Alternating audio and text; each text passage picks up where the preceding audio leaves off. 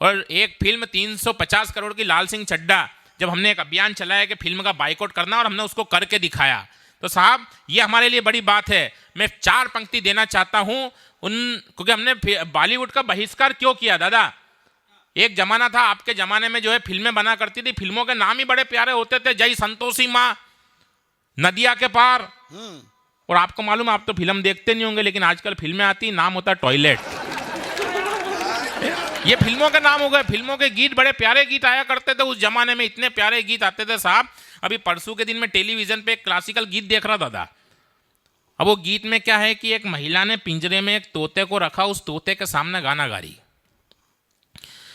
आज मैं जवान हो गई हूँ हो मिट्ठू मियाँ। तो पिंजरे में से तोता बोलता,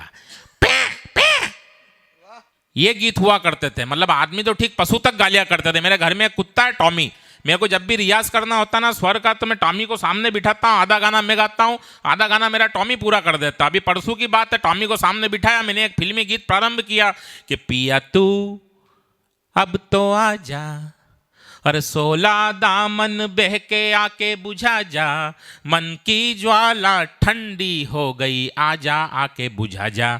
तो मेरा टॉमी बोलता हा हा हा हा हा हा हा हा।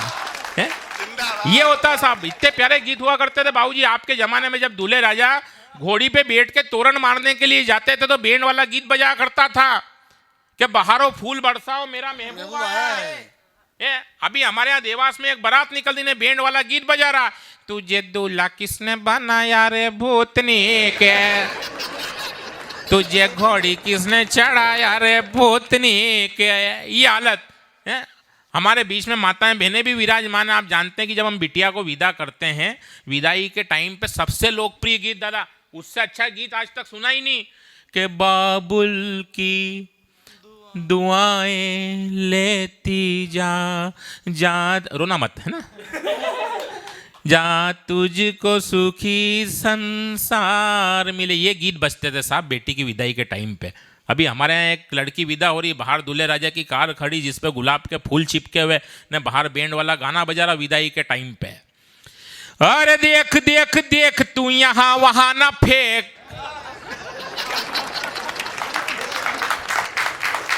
फैलेगी बीमारी, होगा सबका बुरा हाल।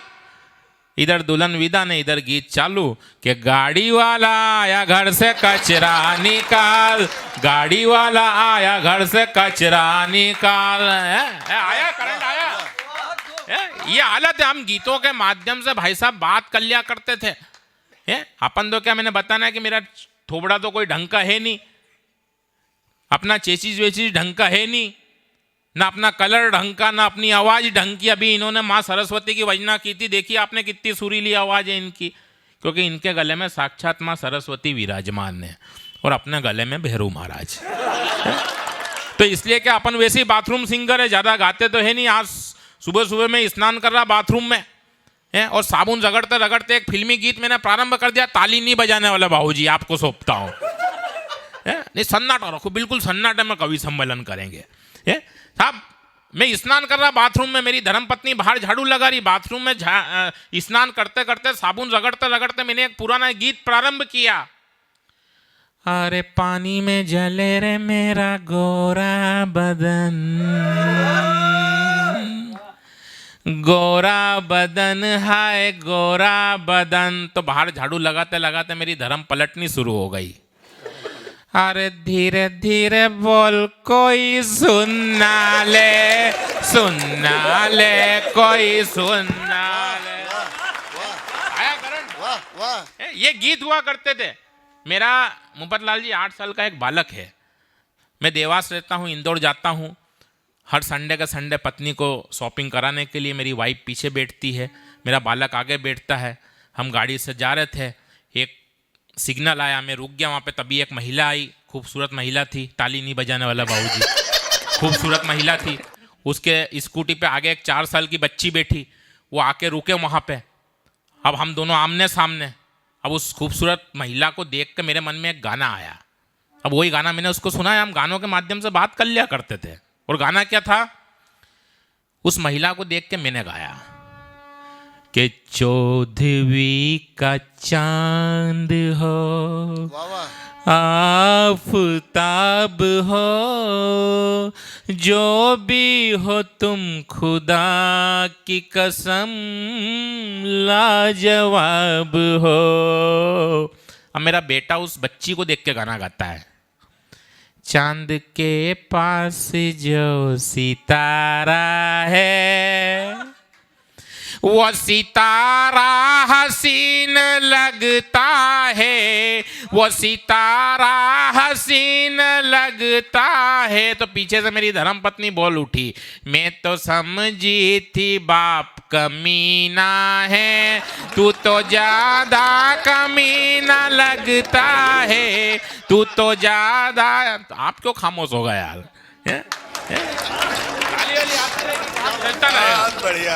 हम गानों के माध्यम से बात कर लिया करते हैं। हमारे यहाँ क्या मोहल्ले में एक पति पत्नी का झगड़ा हो गया, पति महोदय चला गया, गुस्से में 8-10 महीने के बाद में लौटे तो देखा कि पत्नी की गोदी में एक छोटा सा बच्चा खेल रहा।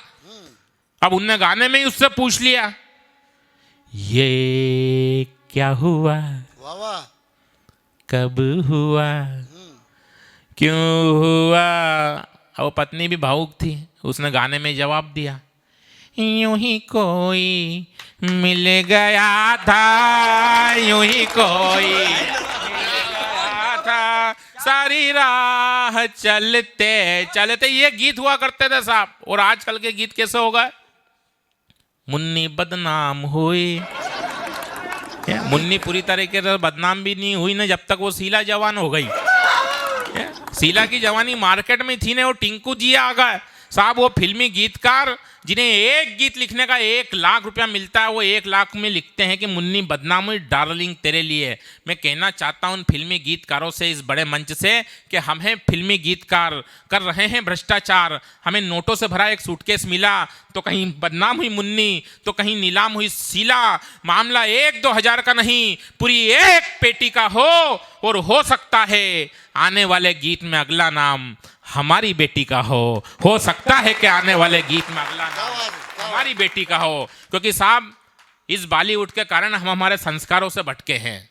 अगर नहीं भटकते ना, हमने अपने बच्चों को शिक्षा देना बंद कर दिया, बेटियों को संस्कार देना बंद कर दिया। अगर हम हमारी बेटियों को संस्कार देंगे तो जो दिल्ली में घटना हुई है श्रद्धा के साथ, वो कभी नहीं होगी पूरे देश में। हमारे संस्कारों में कमी है। और उस घटना के ऊपर बहुत लंबी कविता है मेरी, लेकिन मैं 2 पंक्ति आप तक पहुंचाना चाहता हूं।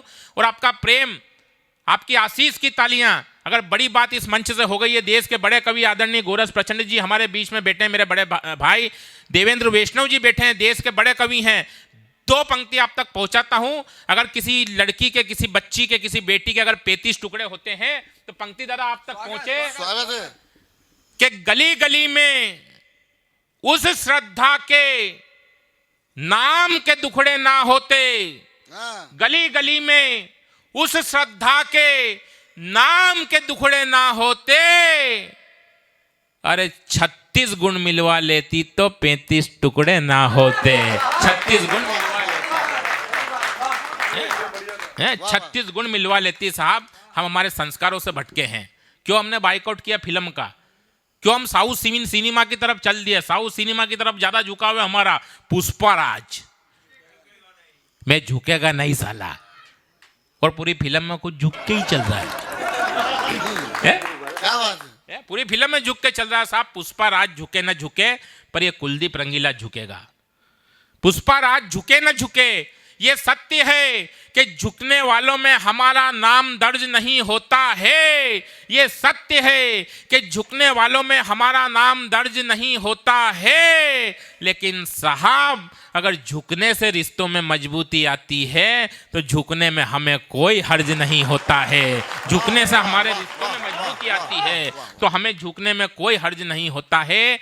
पुष्पाराज झुके न झुके, ये कुलदीप रंगीला झुकेगा। उसके आगे झुकेगा जिसके मन में सच्चाई है, उसके आगे झुकेगा। जिसके मस्तिष्क में अपने पिता और माई हैं, उसके आगे झुकेगा। जिसने इस मिट्टी के लिए अपनी जान गंवाई है, और कुलदीप रंगीला उसके आगे झुकेगा साहब जिसने फिल्म द कश्मीर फाइल बनाई है। जिसने फिल्म द कश्मीर फाइल बनाई है। किस दिशा में जाना चाहिए बॉलीवुड को, और किस दिशा में आ गए कि कुत्ते, इधर से भी एक दो ताली आई थी, मेरे को ऐसा लग रहा है कि कुत्ते कबाब वाले भी हड्डी में आ गए, शतरंज के खिलाड़ी कबड्डी में आ गए, और एक फिल्म का हमने किया इस तरह बाइकॉट के चड्ढा बनाने वाले ही चड्ढी में आ गए, चड्ढा बनाने वाले ही चड्ढी में आ गए। साहब ये हमारी एकता है।